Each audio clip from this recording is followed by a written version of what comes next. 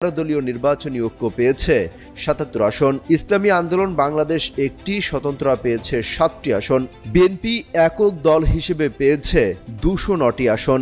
অন্যদিকে জামায়াত ইসলামী পেয়েছে ৬৮টি, জাতীয় নাগরিক পার্টি পেয়েছে ৬টি, বাংলাদেশ খেলাফত মজলিস ২টি, খেলাফত মজলিস একটি, বাংলাদেশ জাতীয় পার্টি বিজেপি একটি, গণসংহতি আন্দোলন একটি, গণ অধিকার পরিষদ একটি আসন পেয়েছে।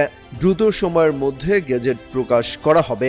রিটার্নিং অফিসারের তথ্যের সঙ্গে মিলিয়ে নেওয়ার পরই নির্ভুলভাবে গেজেট প্রকাশ করা হবে বলে জানান ইসি। তবে ইসির জ্যেষ্ঠ সচিব আক্তার আহমেদ বলেন, কে শপথ পড়াবেন সেটি বলার এখতিয়ার ইসি নেই। তবে এবার নিয়ম অনুযায়ী প্রধান বিচারপতি অথবা নির্বাচন কমিশনার শপথ পড়াতে পারবেন।